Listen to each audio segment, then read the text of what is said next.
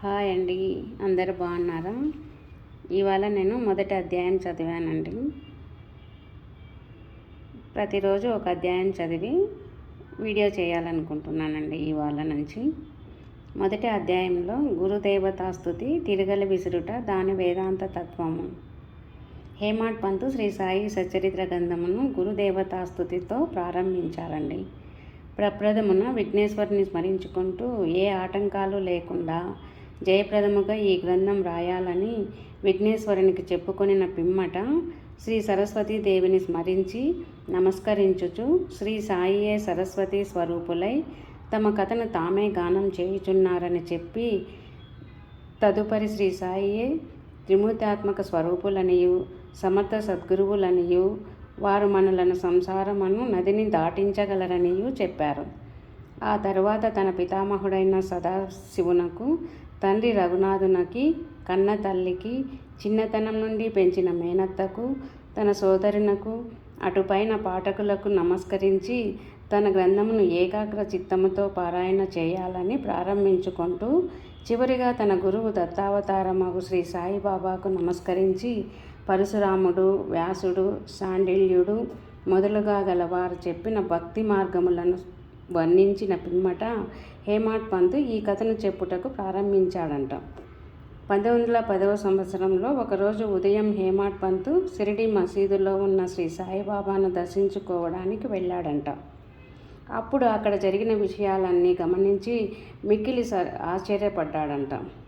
బాబా ముఖ ప్రక్షాళనం గావించుకొని గోధుమలు విసురుటకు వారు నేలపై గోనెపరిచి దానిపై తిరగలి పెట్టి చాటలో కొన్ని గోధుమలు వేసుకొని చొక్కా చేతులు పైకి మడిచి పిడికెడు చొప్పున గోధుమలు వేసి విసురుతున్నాడంట. అది చూచి హేమాడ్ పంతు తనలో తాను ఇట్లా అనుకున్నాడంట. ఏమని అనుకున్నాడంటే, ఈ గోధుమ పిండిని బాబా ఏం చేయును? ఆయన ఎందుకు గోధుమలు విసురుచుండెను?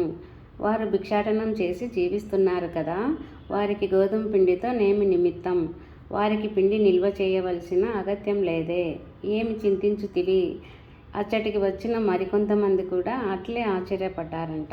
కానీ వాళ్ళల్లో ఎవ్వరికి కూడా బాబాను ప్రశ్నించుటకు ధైర్యం చాలలేదంట. ఆ విషయం ఆ గ్రామంలో అందరికీ తెలిసిందంట. ఆ వింత చర్యను చూసేందుకు గుంపులు గుంపులుగా బాబా వద్దకు వచ్చేశారంట. 4 స్త్రీలు మాత్రం ధైర్యం చేసి మసీదు మెట్లెక్కి బాబాను పక్కకు జరిపి వారే విసరటం ప్రారంభించారంట. వారు తిరగలి పిడిని చేత్తో పట్టుకొని బాబా లీలలను పాడుకుంటూ విసురుతున్నారంట. అప్పుడు వాళ్ళని చూసి బాబాకు కోపం వచ్చిందంట. కానీ వాళ్ళ ప్రేమకి, భక్తికి సంతోషించి చిరునవ్వు నవ్వుకున్నారంట. విసిరేటప్పుడు ఆ 4 స్త్రీలు ఇట్లా అనుకుంటున్నారంట. ఏమని?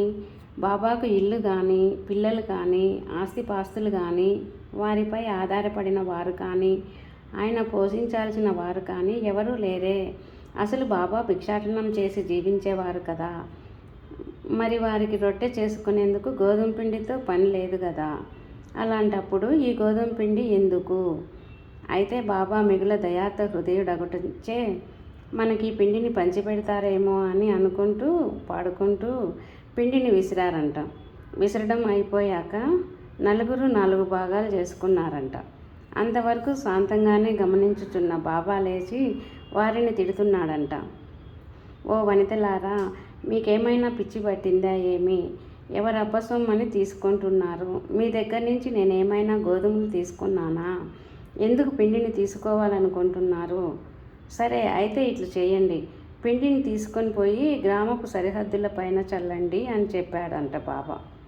అది వినిన ఆ 4 స్త్రీలు ఆశ్చర్యపడి, సిగ్గుపడి గుసగుసలాడుకుంటూ ఊరి సరిహద్దుల వద్దకు పోయి బాబా యాజ్ఞానుసారం అక్కడ ఆ పిండిని చల్లారంట.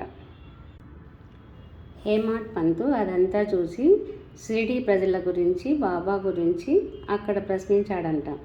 ఊరిలో కలరా ఉందని దానిని శాంతింపజేసేందుకు బాబా ఇలా చేశారని చెప్పారంట. అప్పుడు వారు విసిరినవి గోధుమలు కావని, వారు కలరా జాడ్యంను విసిరి ఊరి కవతల పారద్రోలిరనియు చెప్పారంట. అప్పటి నుండి కలరా తగ్గిపోయిందంట. గ్రామంలో ప్రజలు సంతోషంగా, ఆనందంగా ఉన్నారంట. అదంతా వినిన హేమాడ్ పంతుకి కూడా సంతోషం కలిగిందంట. సాయిబాబా షిరిడీలో సుమారు 60 ఏళ్ళు నివసించాడంట. నివసించినన్ని రోజులు వారు తిరగలి విసురుతూనే ఉన్నారంట. నిత్యం వారు విసిరినది గోధుమలు కావు, భక్తుల యొక్క పాపాలను, మనోవిచారములను మొదలగునవి విసురుతూ ఉండేవాడంట. తిరగలి యొక్క కింద రాయి కర్మ, మీద రాయి భక్తి, చేతితో పట్టుకున్న పిడి జ్ఞానము అంట. జ్ఞానోదయమునకు కానీ ఆత్మ సాక్షాత్కారమునకు కానీ మొట్టమొదట పాపములను, కోరికలను తుడిచివేయవలెను. అటు పిమ్మట త్రిగుణ రాహిత్యం పొందవలెను, అహంకారమును చంపుకొనవలెను అని అర్థం అండి దీనికి. ఇది వినగానే కబీర్ కథ గుర్తుకొచ్చిందంట. ఒకరోజు స్త్రీ ఒకటే తిరగల్లో ధాన్యం వేసి విసురుతూ ఉందంట. దానిని చూసి కబీరు ఏడుస్తున్నాడంట. నిపతి నిరంజనుడు ఈ యొక్క సాధు పుంగవుడు అది చూసి కారణం అడిగాడంట. కబీరు ఇట్లు జవాబిచ్చాడంట. నేను కూడా ఆ ధాన్యం వలె ప్రపంచమును తిరగల్లో విసిరపడేదను కదా. దానికి నిపతి నిరంజనుడు ఇట్లు బదులు చెప్పాడంట. భయం లేదు, తిరగల పిడిని గట్టిగా పట్టుకో అని చెప్పాడంట. అంటే జ్ఞానమును విడువకము, నేను ఎంతగా గట్టిగా పట్టుకున్నానో నీవు కూడా అట్లే పట్టుకో. మనస్సును కూడా కేంద్రీకరించుము, దూరంగా పోనీయకు. అంతరాత్మను చూచుటకు దృష్టిని అంతర్ముఖం కానిమ్ము, నీవు తప్పకుండా రక్షింపబడతావు అని చెప్తాడండి. కొంచెం నాకు తెలిసింది కూడా చెప్తానండి. ఇప్పుడు ఇంత పారాయణం చేస్తాం కదా, కొంతమంది అనుకుంటారు నేను 7 రోజులు పారాయణం చేశా కదా. ఇంకొంతమంది అనుకుంటారు నేను 7 వారాలు పారాయణం చేశా కదా. ఇంకొంతమంది అనుకుంటారు రోజు పారాయణం చేస్తున్నాను కదా, అంటే ఒక అధ్యాయం చదువుతారు కదా నిత్య పారాయణం అలా. కానీ నాకు ఇది అవ్వలేదే అని బాధపడుతూ ఉంటారండి. కానీ అలా బాధపడకూడదు. అసలు నెగిటివ్ భావంలోకి అయితే రాకూడదండి. అసలు బాబాని ఎలా అడగాలి అంటే, నాకు ఏదైతే శవము అనుకుంటావో, నాకు ఏదైతే ఇవ్వాలి అని అనుకుంటున్నావో నువ్వు ఇస్తేనే నేను అది స్వీకరిస్తాను బాబా. అది పాలైనా నీళ్ళైనా అది నీ నిర్ణయమే బాబా, నాదేమీ లేదు అని అనుకోవాలండి. అలా అనుకొని చదివితే ప్రతి అడుగు మనము చాలా ముందుకు వేయగలుగుతామండి. మనకు నమ్మకం అనేది ఉండాలి. అపనమ్మకం లేక పోకూడదండి. అపనమ్మకంలోకి వెళ్ళామంటే అసలు దేని మీద శ్రద్ధ ఉండదండి. అసలు బాబా మీదే కాదండి, ఏ దేవుడి మీద కూడా అపనమ్మకం రాకూడదండి. నేను ఇలా ప్రతిరోజు ఒక అధ్యాయం గురించి నాకు ఏదైనా తెలిసింటే దాని గురించి కొంచెం చెప్పాలనుకుంటున్నానండి. ఇంతకుముందు వీడియోలో ప్రతి గురువారం వీడియో చేస్తాను అన్నాను కదా, కానీ రోజు వీడియో చేయాలి అనుకుంటున్నానండి. నాకు ఎందుకు అలా అనిపించింది.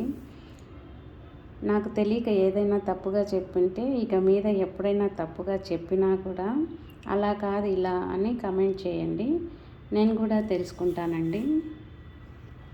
బాయ్ అండి, రేపు మళ్ళీ కలుద్దాం. ప్రతిరోజు అధ్యాయం గురించి చెప్తానండి. ఈరోజు మొదటి అధ్యాయం గురించి చెప్పుకున్నాం కదా, రేపు 2వ అధ్యాయం, అలా 3వ అధ్యాయం, అలా 52 అధ్యాయాలు చెప్పాలనుకుంటున్నానండి. బాయ్ అండి.